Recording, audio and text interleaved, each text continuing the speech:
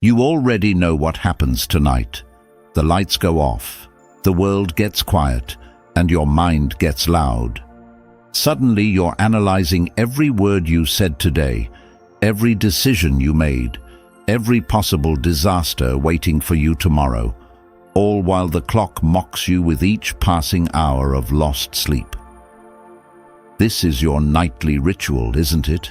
The overthinking, the worrying, the mental gymnastics that leave you drained before your day even begins. You've tried to stop it, tried reasoning with yourself, distracting yourself, even accepting it, but the thoughts keep coming like waves you can't escape, and you're tired of drowning. But here's what the ancient Stoics understood that we've forgotten. Worry is not something that happens to you. It's something you do. And because it's something you do, you can stop doing it. Marcus Aurelius, the most powerful man in Rome, battled the same demons you're facing. He lay awake in his imperial chambers, burdened not by external threats, but by the weight of his own thoughts. Yet he discovered something profound, 7 practices that transformed his relationship with worry entirely. These weren't complex philosophical theories requiring years of study. They were simple, practical habits that redirected his mental energy from destructive patterns to constructive living. Today, nearly 2,000 years later, these same habits can free you from the prison of overthinking. They won't eliminate challenges from your life, but they'll teach you something far more valuable: how to stop torturing yourself about them. If you're ready to take control of your mind, type "I'm ready" in the comments below. Let's explore these 7 Stoic habits together. Habit 1. The first and most foundational Stoic habit is learning to distinguish between what you control and what you don't. Marcus Aurelius wrote, "You have power over your mind, not outside events. Realize this, and you will find strength." This simple distinction is the master key that unlocks freedom from worry. Think about what's consuming your mental energy right now. Are you worried about what someone thinks of you? That's outside your control. Are you anxious about whether you'll get the job, the promotion, the approval you're seeking? Outside your control. Are you overthinking a past mistake, replaying it endlessly? Also, outside your control, the past is sealed. Here's what is in your control: your thoughts, your responses, your effort, your character, your intentions. That's it. That's the complete list, and it's enough. When you catch yourself spiraling into worry, pause and ask yourself this precise question: is this within my control? If the answer is no, practice this Stoic response.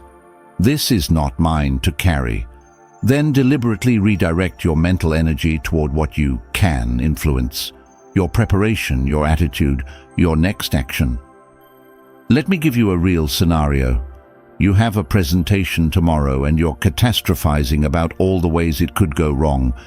The audience's reaction, not in your control. Whether they approve, not in your control. Technical difficulties, not in your control. But your preparation, your practice, your ability to stay present and authentic, these are entirely yours. The Stoics didn't practice this distinction to become passive or indifferent.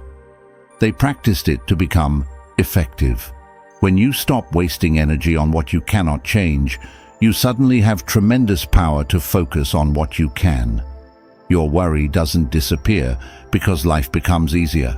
It disappears because you stop asking your mind to solve unsolvable problems. This is the foundation. Master this, and the other habits become infinitely easier. Habit 2. Marcus Aurelius wrote, "Confine yourself to the present." Not as a suggestion, as a command. Because here's the truth that will change everything. Worry only exists in 2 places that don't actually exist: the past, which is gone, and the future, which hasn't arrived. Right now, in this present moment, are you okay? Stop and actually check. Right now. Not in the story you're telling yourself about what might happen tomorrow or what happened yesterday. Right here, right now. Are you safe? Are you breathing? Do you have what you need in this moment? The answer is almost always yes. The present moment is rarely as terrible as the stories we tell ourselves about it. Seneca observed, "We suffer more often in imagination than in reality." Your mind time travels to painful pasts and feared futures, and it drags your body's stress response along for the ride. Your heart races, your stomach knots, your muscles tense, not because of what's happening, but because of what you're thinking about. Here's how you practice this habit practically. When you notice yourself worrying, bring yourself back with sensory awareness. What do you see right now? What do you hear? What do you feel against your skin? This isn't distraction, it's relocation. You're bringing your awareness back to the only place where life actually happens. Try this exercise daily. Set aside 5 minutes where your only job is to be completely present. Not meditating on a concept, not trying to achieve anything, just noticing what's here.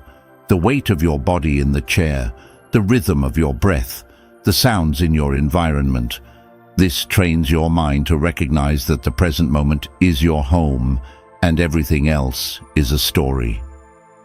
When you're tempted to project into an uncertain future, remember this Stoic truth. You don't have to figure out next month right now. You only have to take the next right step. This moment is the only moment that requires your attention. This moment is the only moment where you have any power. Habit 3. Marcus Aurelius discovered something revolutionary. The happiness of your life depends upon the quality of your thoughts, not the quality of your circumstances, the quality of your thoughts about those circumstances. This is cognitive distancing, and it's perhaps the most practical tool in the Stoic toolkit. Your thoughts are not facts, they're interpretations, and interpretations can be questioned. When a worrying thought appears, "I'm going to fail. Everyone will judge me. This is a disaster." The untrained mind accepts it as reality. The Stoic mind examines it like a scientist examining a specimen. Here's the practice. When a thought creates anxiety, write it down. Then ask 3 questions. First, is this thought true? Not does it feel true? Is it true? Can you prove it with evidence, or is it speculation dressed up as fact? Second, is this thought helpful? Even if there's a grain of truth in it, is rehearsing it improving your life or simply torturing you? Third, what would I tell a friend who had this thought? We're often far kinder and more rational with others than with ourselves. Let's apply this to a real worry. The thought, if I speak up in the meeting, I'll say something stupid and everyone will think I'm incompetent. Is this true? No. It's a prediction about an uncertain future based on fear, not evidence. Is it helpful? Absolutely not. It's preventing you from contributing and growing. What would you tell a friend? Probably something like, "You have valuable insights, and even if you stumble, one awkward moment doesn't define your competence." The Stoics called this examining your impressions. Marcus Aurelius wrote, "Today I escaped anxiety," or "No, I discarded it because it was within me, in my own perceptions, not outside." Your thoughts create your worry, which means you have the power to dismantle that worry by questioning the thoughts that built it. You're not dismissing real concerns. You're refusing to let unchallenged thoughts tyrannize your peace. Habit 4. This might seem counterintuitive, but stay with me. The Stoics practiced something called premeditatio malorum, the premeditation of evils. This wasn't pessimism, it was preparation. And paradoxically, it's one of the most powerful tools for reducing anxiety, not increasing it. Here's why it works. Most worry comes from the fear of the unknown.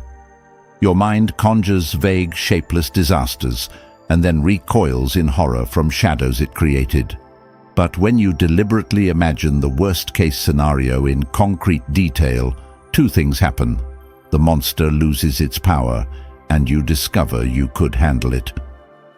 Seneca wrote, "The mind that is anxious about future events is miserable," but he also taught that the cure for this anxiety is to look directly at what you fear, not to dwell in misery, but to see that you would survive it.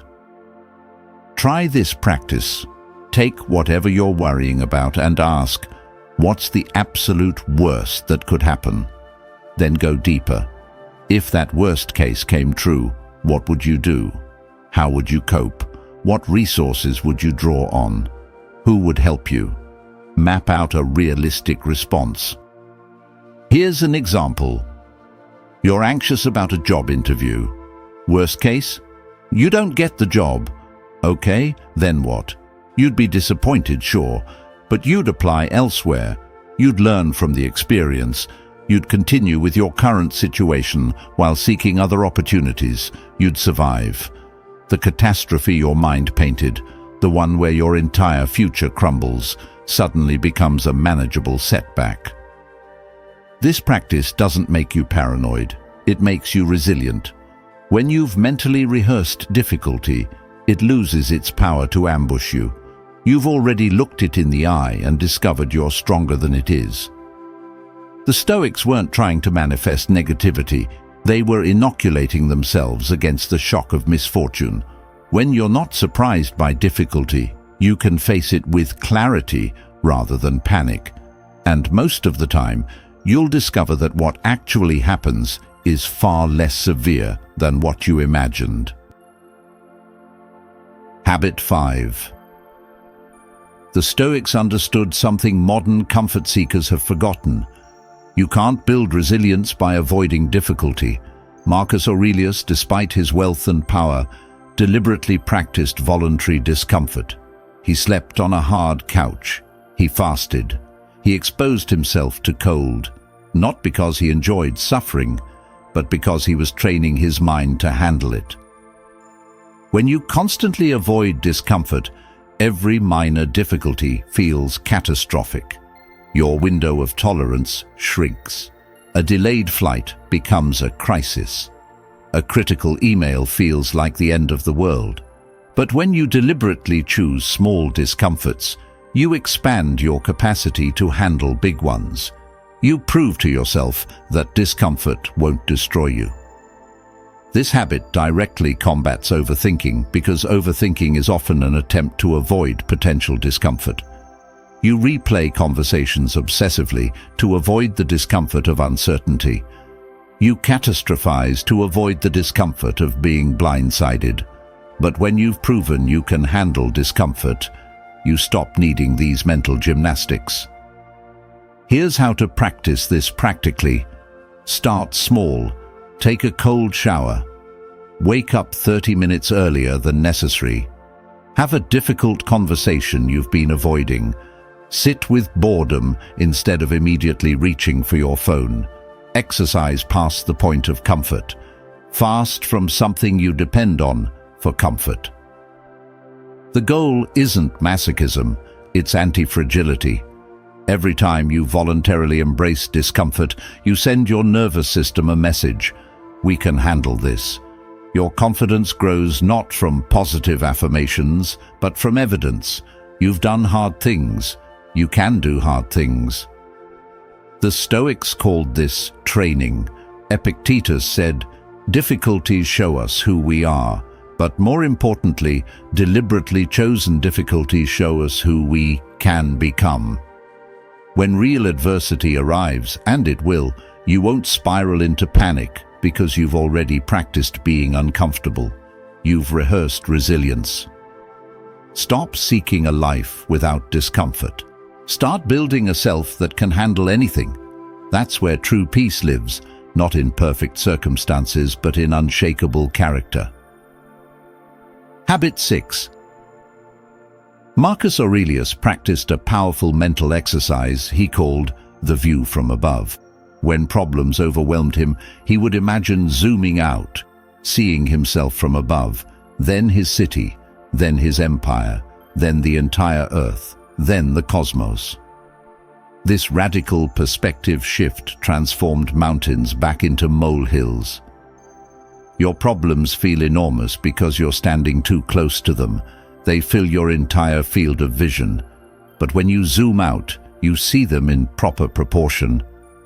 The argument that's consuming you? On a cosmic scale, it's a brief fluctuation in one relationship among billions. The mistake you're obsessing over?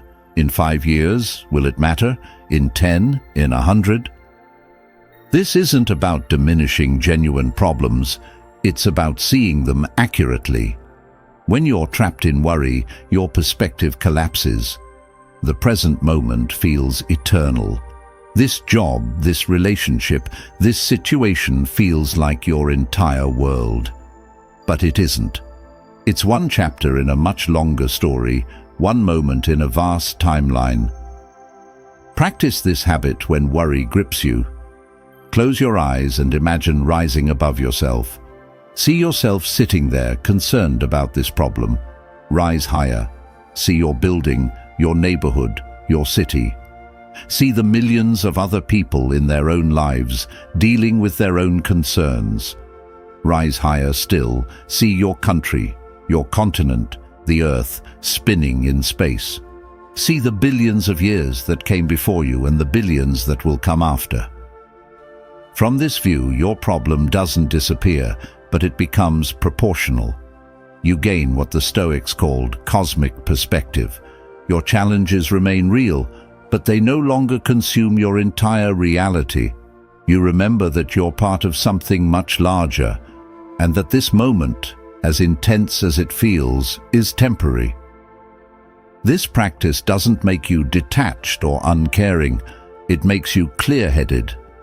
When you can see your life from above, you make better decisions. You stop drowning in the immediate and start navigating with wisdom. You trade panic for perspective, and perspective is peace. Habit 7. Memento mori. Remember you will die. Of all Stoic practices, this is the most misunderstood and the most transformative. It sounds morbid, but it's actually the ultimate cure for overthinking. Because when you truly remember that your time is limited, most of what you worry about reveals itself as trivial. Marcus Aurelius wrote, "You could leave life right now. Let that determine what you do and say and think." This wasn't meant to depress you, it was meant to liberate you. Every moment you spend worrying about what someone thinks of you is a moment you'll never get back. Every hour lost to overthinking a decision is an hour stolen from your finite existence. Death is the great clarifier. When you remember your mortality, you stop sweating the small stuff because you realize it's almost all small stuff. That grudge you're holding, life's too short. That fear of embarrassment, meaningless in the face of mortality. That need for everything to be perfect, impossible and exhausting when you could be living instead. Here's how to practice this daily. Each morning, remind yourself that this day is not guaranteed.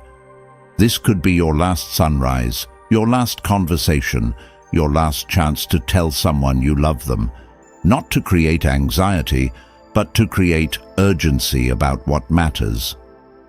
When you catch yourself overthinking something, ask, "If I had 6 months to live, would this concern me?" The answer cuts through confusion like a sword. Most worries die in the face of that question.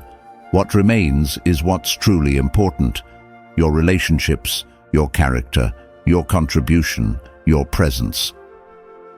The Stoics didn't remember death to become gloomy. They remembered death to become alive. When you know your time is limited, You stop wasting it on mental torture. You stop postponing joy, avoiding difficult conversations or obsessing over things that won't matter when you're gone. Your mortality isn't your enemy. It's your teacher, reminding you that this moment matters. Stop overthinking it. Start living it.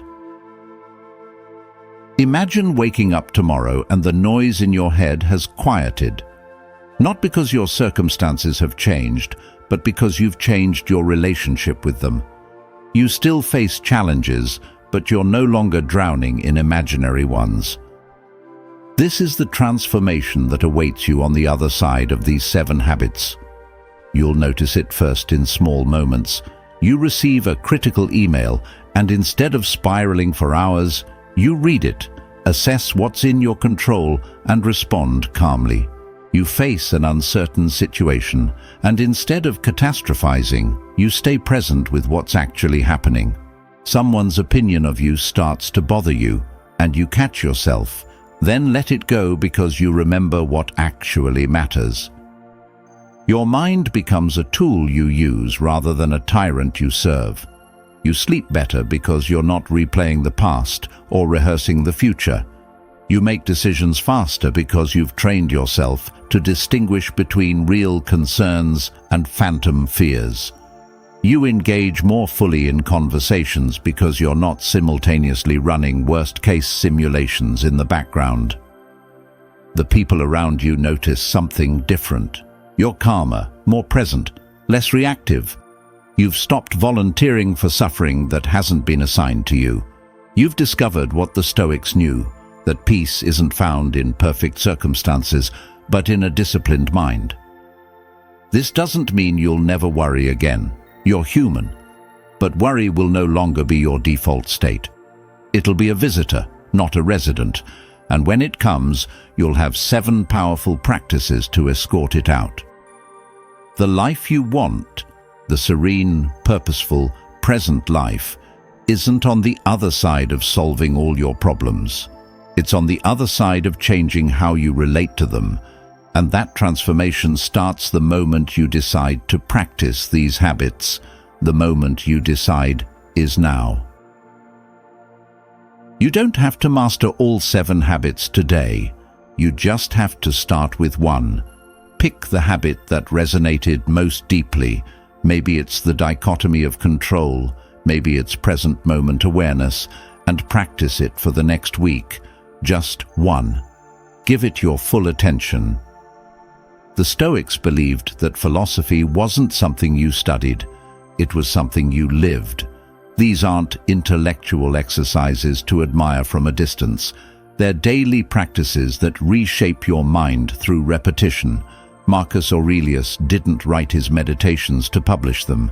He wrote them to remind himself, day after day, how to live well. Start today. Start now. Your future self, the one who's no longer imprisoned by worry and overthinking, is waiting for you to take the first step. If you're done letting worry steal your peace and you're ready to reclaim your mind, leave a comment below. I am in control. And don't forget to subscribe to the Stoic Mode and turn on notifications. This is just the beginning of your transformation. Thank you for being here. Stay grounded.